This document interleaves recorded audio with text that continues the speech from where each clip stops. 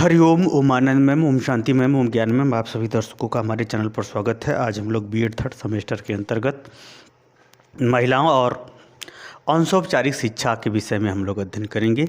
यानी महिलाओं के लिए अनौपचारिक शिक्षा या अनौपचारिक शिक्षा की संदर्भ में ये किस प्रकार से अपने ज्ञान प्राप्त करती हैं, किस तरह से अपने जीवन में सुधार करती हैं या सीखती हैं, इन सब बातों को हम लोग ध्यान में रखते हुए इसमें अध्ययन करने का प्रयास करेंगे। अनौपचारिक या अनौपचारिक शिक्षा किसे कहते हैं, इसको पूरा डिटेल में 3, 4, 5 तरीके से आपको पिछले वीडियो में बताया जा चुका है। आप प्लेलिस्ट में जाइए, वहाँ से पढ़िए। फिर भी इसमें हम थोड़ा सा अर्थ बता दे रहे हैं।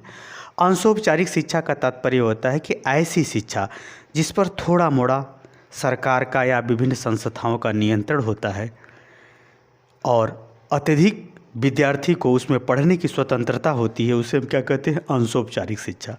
अनौपचारिक शिक्षा भी वही है। अनौपचारिक शिक्षा का तात्पर्य है कि विद्यालयी या संस्थाई शिक्षाओं के बाहर स्वतंत्रता के साथ या अधिगमकर्ता को सीखने का जो अवसर उपलब्ध कराया जाता है, उसे हम क्या कहते हैं, अनौपचारिक शिक्षा कहते हैं। इन दोनों का अर्थ डिटेल में बहुत अच्छे से समझाया जा चुका है।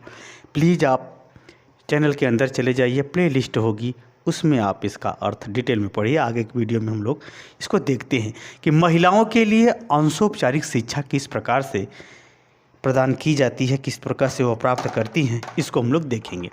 अगर हम बात करें शिक्षा की, तो शिक्षा जीवन पर्यंत सीखने की वह प्रक्रिया है जो अधिगमकर्ता के व्यक्तिगत रूप से उसके गुणों में, उसके व्यवहारों में, अच्छे क्रियाकलापों में विकास करती है या उसके आत्मसात करती है।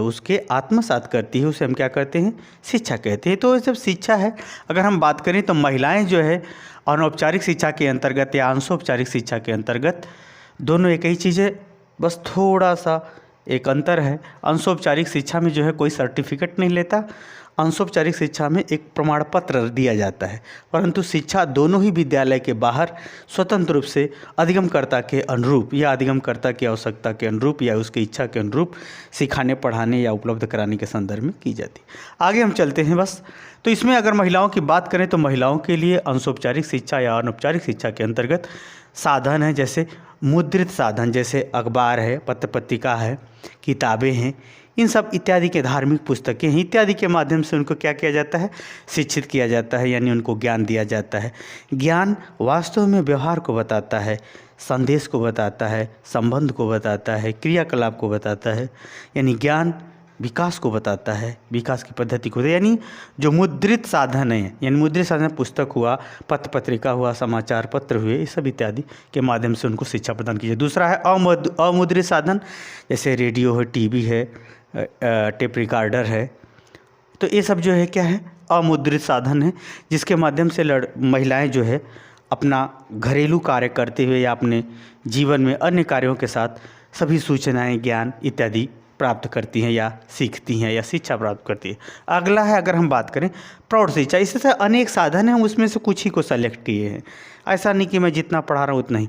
उसी तरह से भारत सरकार द्वारा जो प्रौढ़ शिक्षा यानी वृद्ध लोगों को शिक्षित करने पर बल दिया गया था, तो इस शिक्षा के अंतर्गत इस बात पर भी बल दिया गया था कि जो ग्रामीण महिलाएं हैं, वृद्ध पुरुषों के संग संग ग्रामीण महिलाएं हैं, उनको भी शिक्षा की मुख्य धारा से जोड़ा जाए, क्योंकि लोकतंत्र की सफलता शिक्षा में ही है।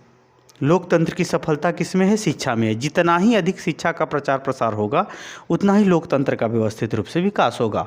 लोकतांत्रिक शासन व्यवस्था भी सुधरेगी, सामाजिक व्यवस्था भी सुधरेगी, क्योंकि कुछ भारतीय समाज में ऐसे भी अमानवीय व्यवहार और क्रियाकलाप रहे जो किसी भी दृष्टिकोण से उचित नहीं था।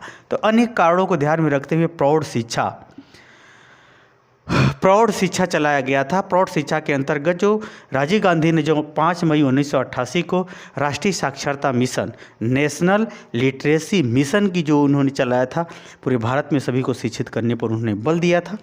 इसके माध्यम से भी यह था कि सभी लोग अगर अपना नाम पढ़ना लिखना, किताब पढ़ना लिखना जान जाएंगे तो निश्चित रूप से उनके अंदर जागरूकता बढ़ेगी, अमानवीय व्यवहार घटेंगे, रूढ़िवादिता समाप्त होगी।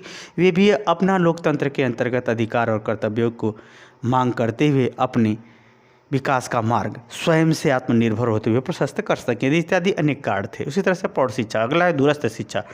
दूरस्थ शिक्षा के अंतर्गत ऐसी शिक्षा व्यवस्था पूरे भारत में या विश्व स्तर पर भी स्वीकार की गई है, क्योंकि ऐसी जो शिक्षा होती है इसमें अधिगमकर्ता या विद्यार्थी को विद्यालय नहीं जाना पड़ता, बल्कि वह दूर रह के अपनी जीविकोपार्जन करते हुए अपने क्रियाकलापों को करते हुए शिक्षा ग्रहण कर लेता है पुस्तकों के माध्यम से। यानी इसको जो है एक प्रकार से जो है दूर रहने के बावजूद भी उसे जो है उसे जानकारी या पुस्तक इत्यादि उपलब्ध करा दी जाती है, जिससे वो अपना दूर से ही वो विषय वस्तु का जानकारी हासिल कर लेता है। और इसकी परीक्षा भी होती है, इसके आधार पर वो प्रमाण पत्र पाके औपचारिक शिक्षा के समान ही इसके सर्टिफिकेट की मान्यता होती है और इसे भी आगे में भविष्य में बढ़ने के लिए अवसर उपलब्ध हो जाता है। अगला उसी तरह से पत्राचार शिक्षा, इसमें क्या होता है, जो पत्राचार जो लेटर होता है, पत्राचार का मतलब इसके डाक के माध्यम से इससे जो है किताब उताब सब उपलब्ध कराई जाती है। इससे जो भी जानकारी चाहिए डाक के माध्यम से वो लेता है,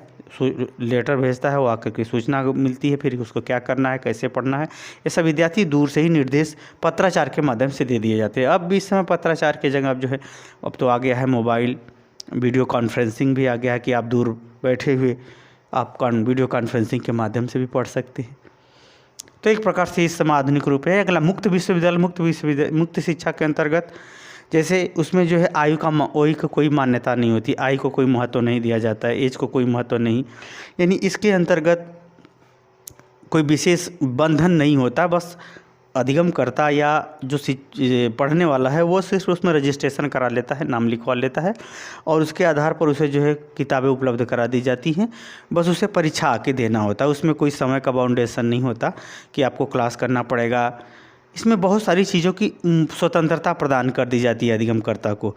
वो जब उसको किताब उपलब्ध करा दिया जाता है, जैसे चाहे वैसे पढ़ करके जो है अपना परीक्षा दे। ये सब महिलाओं के लिए बहुत उपयोगी रहा, जो पढ़ना चाहिए शिक्षा के क्षेत्र में, तो उनको बहुत सारी स्वतंत्रता थी। स्वतंत्रता के माध्यम से वह जो है अपनी विषय का अध्ययन करते हुए परीक्षा के समय आके बस उनको परीक्षा देना रहता है। इसी तरह से युवा संगठन का तात्पर्य है कि युवा संगठन, बहुत से ऐसे युवा संगठन हैं जो महिलाओं के लिए जागरूकता या समाज के लिए जागरूकता, जैसे पर्यावरण के लिए जागरूकता, उसी तरह से ये जो है अनेक सामाजिक क्षेत्रों के अंतर्गत ये क्रियाशील रहते हैं, जिसमें जो है उसके प्रचार प्रसार या लोगों को उसमें जोड़ने का ये सब कार्य करते हैं, जिसके माध्यम से महिलाओं को भी व्यवहारिक, सामाजिक, धार्मिक, नैतिक इत्यादि जानकारियाँ उपलब्ध होती रहती हैं। यानी इसके माध्यम से भी वो सीखने में उनको सहयोग मिलता है। अगला है शिक्षा गारंटी योजना। शिक्षा गारंटी योजना के तहत ऐसे क्षेत्रों में सरकार सर्व शिक्षा अभियान के तहत शिक्षित करने का प्रयास करती है, जैसे पहाड़ी या दुर्गम क्षेत्रों में जहाँ महिलाएं नहीं पहुँच सकती हैं, बच्चियाँ नहीं पहुँच सकती, बच्चे नहीं पहुँच सकते हैं, उस स्थानों पर इस प्रकार की शिक्षा उपलब्ध करा करके